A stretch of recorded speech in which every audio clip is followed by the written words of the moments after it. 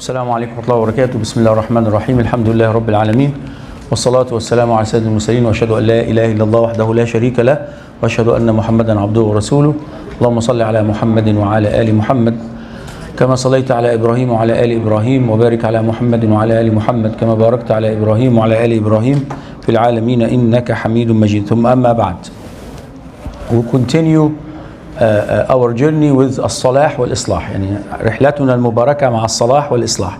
إن احنا عايزين في آخر رمضان كلنا نبدأ هذه الرحلة إن شاء الله، كل شيء نفعله من أجل الصلاح، وأي شيء في خطأ نصلحه إن شاء الله. Everything that our نية to continue this year with the concept of صلاح, how to achieve, how to be righteous, and how to reform anything that we see is not right. Okay?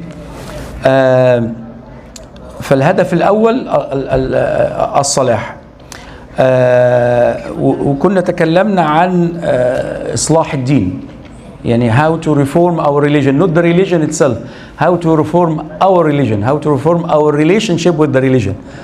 This is the main idea. يعني دين الله سبحانه وتعالى ليس فيه نقصان، فلا يحتاج إلى إصلاح، لكن فهمنا للدين، تعلقنا بالدين، تطبيقنا للدين، هذا هو ما يحتاج إصلاح. يعني how we understand the religion, how we connect to the religion, this is where we need to reform. So this is what I mean. ولكي نكون أكثر تحديدا علينا أن نصلح أمرين حتى نصلح علاقتنا بالدين. علينا أن نصلح العقل بالعلم، وعلينا أن نصلح القلب بالإيمان.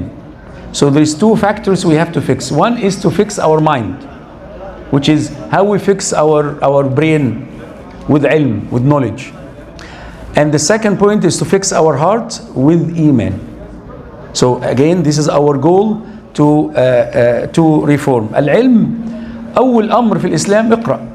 يعني سبحان الله، تخيل أول أمر عندما التقى جبريل عليه السلام بخير البشر صلى الله عليه وسلم، كان أول أمر له إيه؟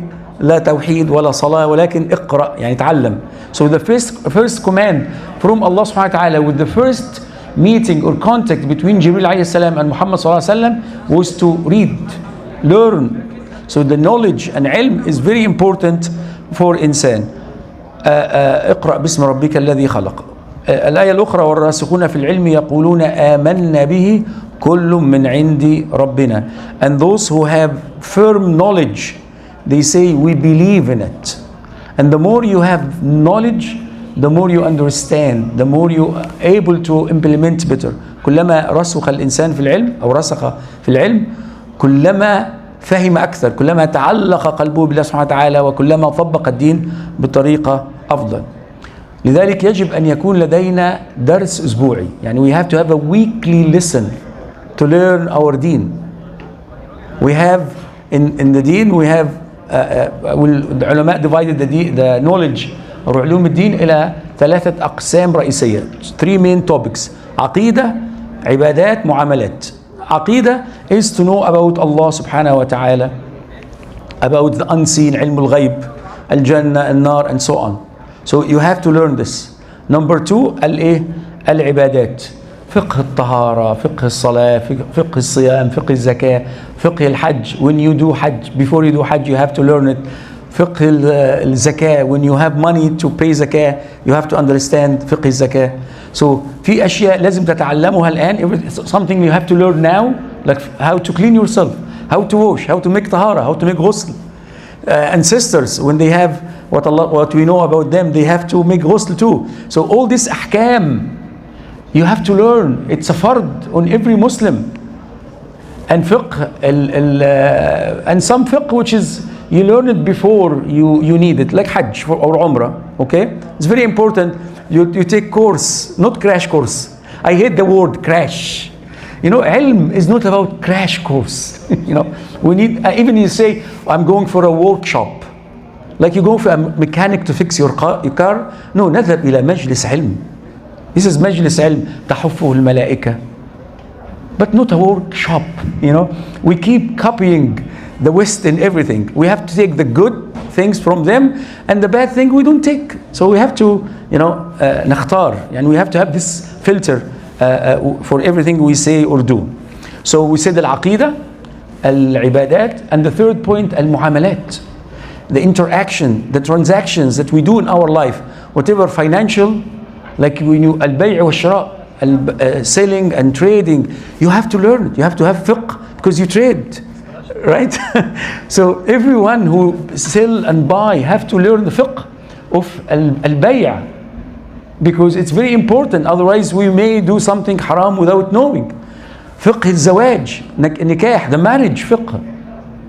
You know, I know one brother, before his daughter got engaged, he brought the man and his daughter, and he stayed with them and teach them, read a book of فقه الزواج والطلاق. Because even divorce, not because we want to divorce, but we have to understand. So fiqh al-mu'amalat is very important. So if we have in our life a weekly, like, you know, something like you eat every day, right? We eat every day. So we need to learn every day, even 5 minutes, but systematic. You know, don't go and while you're driving you listen. It's good you will drive and listen, but you need to focus. So when you go home, have a 1 hour a week. You sit, you bring a book, and we need to bring back the reading concept. احنا بطلنا او يعني اوقفنا القراءة. اصبحنا لا نتعامل مع الكتاب. صرنا نتعامل مع السماع والنظر. We need to go back to reading. So we have a book, and there's a lot of mashallah courses online. Read, listen, and come ask the Sheikh. We have Sheikh Amjad and Sheikh Abdul Aziz. They are experts, mashallah. So, and Sheikh Qadri, of course. So, you know, you can ask people, because when you read and listen, you have questions. Then you ask ulama. In this environment, you will learn. So every day, okay, so this is al-wajib al-awwal. You have to have homework number 1 in the process of salah and islah, to have a weekly dars or listen to learn your deen. Start with aqidah, then ibadat, then muamalat, and start with the most important, the stuff that you do and you need every day. So this is number 1. So this way, with the ilm, we fix our mind, our aql. Okay? You know why they call aql in Arabic, by the way? Anyone knows? Aql. Yeah, I know that too. ها؟ أيوة تاي. العقل في اللغة المنع, to prevent. وسمي عقال البعير, the rope that we tie the animal so it doesn't go away. So your aql really is like your brakes in your car. It will control your speed. It will guide you to the right way. It will tell you when to stop and when to proceed. So it's very important that your aql is good, is functioning good. Otherwise we'll make mistakes, we'll crash. Not in a crash course, but on the highway, in our way of life. Okay? So it's very important. هذا أمر في منتهى الأهمية, أن تكون هناك عملية تعلم مستمرة ودائمة في حياة الإنسان. عقيدة, عبادات, and معاملات. Okay? خلاص, promise, وعد إن شاء الله. Everyone will start إن شاء الله after Ramadan. Choose any madhab you want, any sheikh you like, it's up to you, no problem. And عملية التعليم عملية تصحيحية. It will correct itself. The more you listen, even if you learn something wrong, when you go to the next sheikh, when you go to the next kitab, you will fix yourself step by step إن شاء الله. طيب, الأمر الثاني إصلاح القلب. How to fix our hearts. وإصلاح القلب بالإيه؟ بالإيمان. أن يكون هناك إيمان في القلب. أن يكون في التصديق. The true belief in Allah سبحانه وتعالى, the true belief in Islam, and so on. طيب كيف نصلح القلب بالإيمان? How we fix and how we reform our relationship with Allah and with our deen. العلماء ذكروا أمثلة كثيرة, أعمال كثيرة نفعلها, هذا من شأنه أن يزيد الإيمان في القلوب. وكما تعلمون الإيمان يزيد وينقص. إيمان is increasing and decreasing. Very simple, increasing, يزيد بصالح الأعمال وينقص بسيئها. يعني the more you do good deeds, the more your iman will increase. And the more iman you have, you will be able to do more. فكلما زاد إيمانك أقبلت على العمل الصالح. And if we do sins, then you know our iman will decrease, and we will do more sins because our iman is not high enough, and so on. So it is interaction there is interaction relationship between the actions we do and the increasing and decreasing of iman in our hearts. So العلماء يقولون أول شيء قراءة القرآن وتدبره.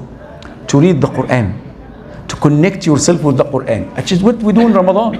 سبحان الله. يعني جبريل عليه السلام كان يراجع النبي صلى الله عليه وسلم القرآن مرة في رمضان، في رمضان مرة يعني كاملة، حتى آخر سنة عليه السلام توفي فيها راجعه إيه مرتين.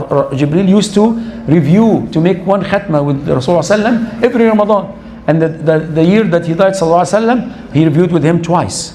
So the importance of Ramadan to encourage us to continue، يشجعنا حتى نكمل بعد رمضان أن تكون لك ختمة كل شهر.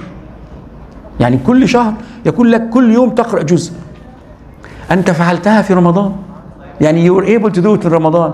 Why we stop after Ramadan? And this is why this month شهر الإصلاح. This is the reforming month. We have to take what we learn in Ramadan and continue to the last of the year. By the end of Sha'ban next year, we are out of energy. Then new Ramadan will come and we charge again. And this is how life will go, inshallah. So قراءة القرآن Allah يقول وإذا تليت عليهم آياته زادتهم إيمانا. When the verses of the Quran recited to them, it will increase their iman. So it's very important to connect yourself with iman. يقول ابن القيم رحمه الله قراءة آية بتفكر وتفهم خير من قراءة ختمة بغير تدبر وتفهم، وأنفع للقلب وأدعى في حصول الإيمان وذوق حلاوة القرآن. يعني ابن القيم رحمه الله beautiful statement. يعني if you read even one ayah, so we need to recite the ختمة every month to get the connection with the Quran, to have the Quran in your heart and on your ears. But he said you should have another khatma, which is we read one ayah a day or a week, whatever your time allow. And this ayah with tadabbur, with khushu', with thinking, and you focus on this ayah better than reciting the whole Quran without understanding. Okay? And this will, it's more beneficial to the heart, and this will bring more iman to your heart. Okay, inshallah tomorrow we'll continue with the iman in the heart. أقول قولي هذا وأستغفر الله لي ولكم فاستغفروه إنه غفور رحيم وآخر دعوانا الحمد لله رب العالمين.